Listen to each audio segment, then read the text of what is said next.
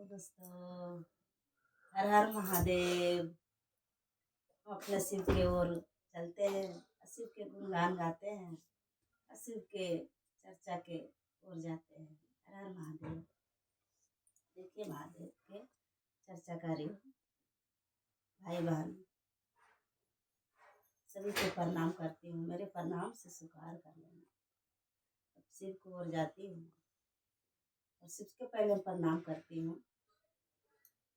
पहला विधान में अपने शिव के प्रणाम करती हूँ। हे शिव, आप मेरे गुरु हो, आपको मैं शीश हूँ, आशीष पर दया कीजिए। हे शिव, आप मेरे गुरु हो, आपको मैं शीश हूँ, आशीष पर दया कीजिए। दूसरा विधान में है चर्चा, एक दूसरे के बताना है। हे भैया, हे बहनी, हमने शिव के गुरु माने हैं और आप भी मान के देखो। शिव गुरु बड़ा दयालु है, देवों के देव महादेव है, तीनों लोक के गुरु है, जग जग के गुरु है। हमारे गुरु है तो तुम्हारे भी हो सकता है, लेकिन शिव गुरु के अपनावे के तरीका होता है। शिव गुरु के अपनाइए, दुनिया में जन जन में फैलाइए। पूजा तो वर्षों से हो आई है। शिव गुरु के हर कोई मंदिर जाते हैं और हर कोई अपना जल चढ़ाते हैं, दूध चढ़ाते हैं, दही चढ़ाते हैं, अच्छा अरवा चावल दही लेप तिल, देखती हूँ मंदिर में हर कोई करता है। लेकिन हमारे जो गुरु आदेश भेजी है और ये देश को पालन करिए।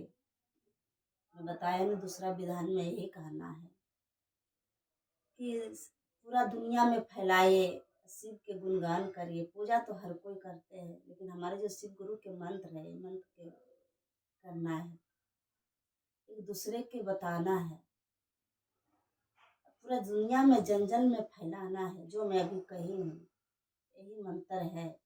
पहला में शिव से दया मांगना, दूसरे में चर्चा करना। चर्चा क्या करना है, चलते फिरते एक दूसरे के अच्छे बात बता देना, शिव के और शिव के गुणगान के बारे में बोल देना। कोई पूछा बहन हाल समाचार क्या है, क्या आपको है समाचार बताइए, क्या है। भोलेनाथ की कृपा से हमारे सब कुछ है, कुशल मंगल सब कुछ हमारे सही है। यही हमारी चर्चा हो गया। ये थोड़ी कहते हैं गुरु जी हमारी कि नहा धोकर पूजा करके वो तब हमारे तुम्हारे सफल है। नहीं, अपना दिल में बसाइए। हमारे दिल है, दिल में बसाइए गुरु के। ये नहीं कि जोगी के रूप बन गया हूँ, पगड़ी बांध लिया, जोगी के रूप बन गया, जोगी को कपड़े पहन लिए, हम साधु बन गए। नहीं, अपने दिल में बसाइए शिव के। साबुन से नहाने से नहीं होते हैं कि मैं साबुन से नहाए, अपने दिल के साफ करो। वही हमारे शिव गुरु है कल्याण। और शिव के कथा कहने जा रहे हैं। एक था बेचारा दयालु, धन तो थे उसको पास, लेकिन अपने साधु संत भिखारियों के रोज खाना बना के खिलाते थे। खिलाते खिलाते बेचारा को जितने धन था सब खत्म हो गया। जितने धन था खत्म हो गया तो बेचारा अब सोचा क्या कि अब करूँ से क्या करूँ, हमारे धन तो खत्म हो गया। अब उसको पूरे गांव में कहता था उसको दानी, सबके दान करते थे, खिलाते थे। साधु संत किसी को भूखे नहीं रखता था, सबके खिलाते थे। लेकिन खिलाओ तो, लेकिन कमाओ तभी तो फिर उसको करो, आगे बढ़ेगा। जितने धन सब खिला दिए, लेकिन वो कमाते ही नहीं, खाली खिलाने पर आता। साधु संत भिखारियों के सबके खिलाते, सारा धन बेचारा खत्म हो गया। अब कहे से क्या करूं, लेकिन उसको गांव में सब जानता था कि दानी है। जब धन है तभी तो सबको खिला रहे हैं, लेकिन बेचारा धन तो सब खत्म हो गया था। अब करे क्या करे बेचारा। जब गए गांव में, किसी से आटा उधार, किसी से चावल उधार, किसी से सब्जी उधार, किसी से तेल मसाला उधार, भंडारा करते थे। बेचारा लोग दे रहे थे, सोचा अरे दानी तो है, दूसरे को खिला रहे थे, इसको पास तो होगा तभी तो। देते रहे, सब देते रहे। जब देना हो गया तो फिर आया उसको दरवाजे पर मांगने के लिए, भाई साहब हमारे इतना पैसा हो गया। अपने आटा ले गया, कोई का रिफाइंड ले गया, तेल ले गया, मसाला ले गया, सब आ गया उसको दरवाजा पर मांगने के लिए।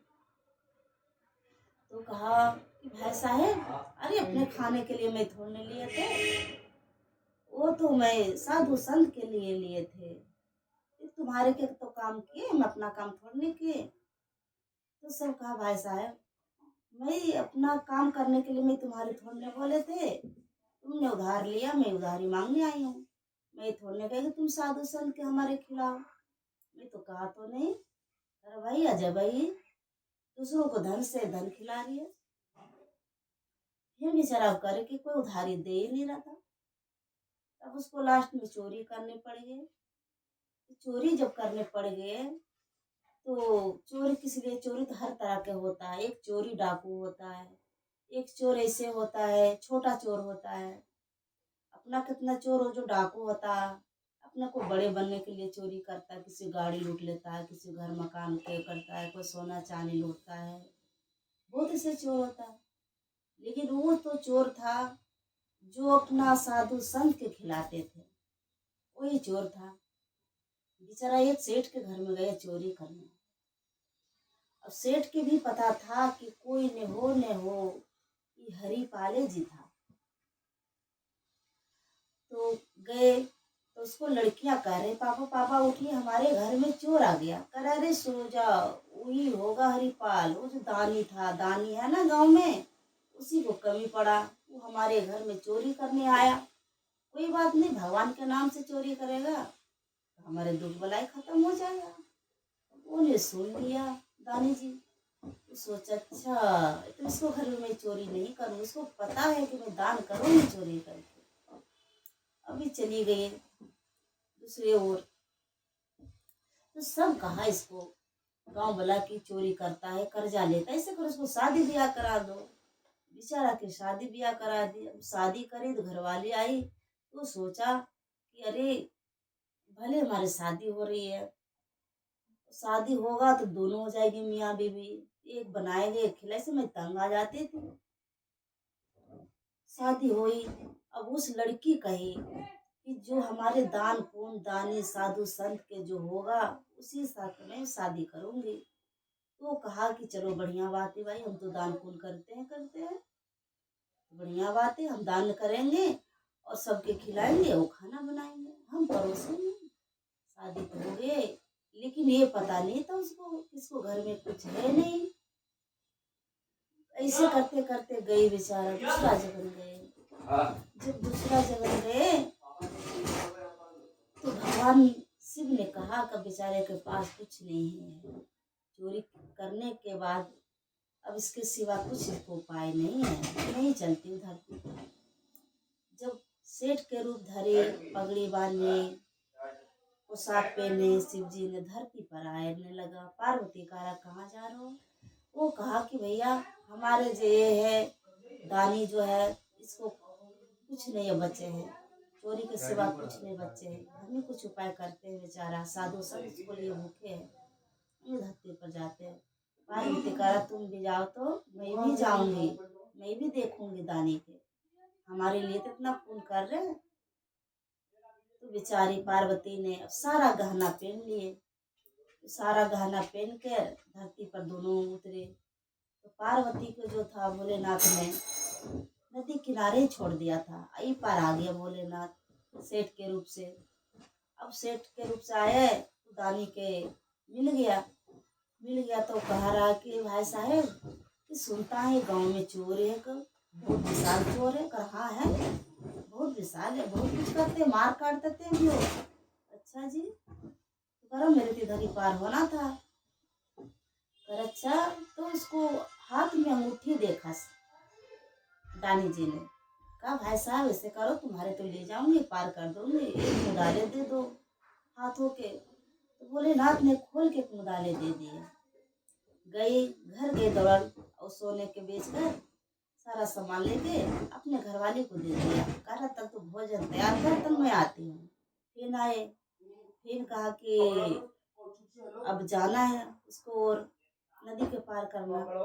तो कहा कि ऐसे सुनो, मैं ही हूँ चोरी गांव के, मैं काट भी देती हूँ मार भी देती हूँ। अच्छा तुम ही हो चोर? करा हाँ मैं ही चोर। से चलो कोई बात नहीं, से थोड़ा नदी पार कर दो। जब नदी पार कर वहीं पर पार्वती खड़ी थी, मैया सारा गहना पहन कर।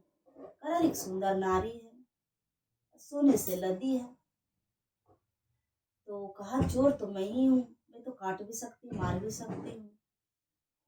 भोलेनाथ तो भोलेनाथ के रचना, वो तो सब देख रहा कि बेचारा है तो दिल के साथ है, इस साधु संत के लिए इतना कॉल कर रही है।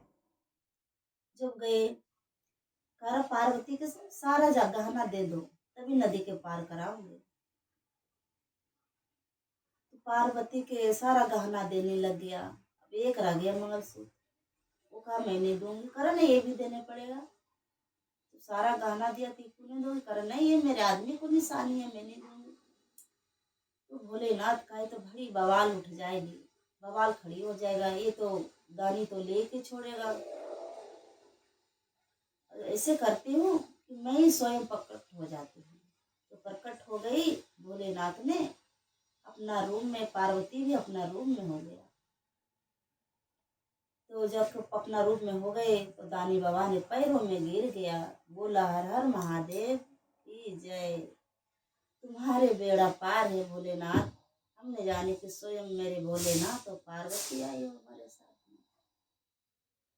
तो वो कहा भोलेनाथ कि दानी, तुमने दानी चोरी किए हो, लेकिन ये तुम्हारे चोरी चोरी नहीं हुआ। तुम तो साधु संत के लिए चोरी कर रहे थे, तुम्हारे कोई पाप नहीं हुआ। कर्जा ले रहे थे, कर्जा लिए थे तुम साधु संत के लिए, तुम्हारे कोई पाप नहीं है। बोलो हर हर महादेव की जय, मैया पार्वती की जय, कार्तिक गणेश की जय। बोलो शेरा वाली माता तेरी सदाए की जय, महावीर बजरंग बली की जय, हर हर महादेव की जय।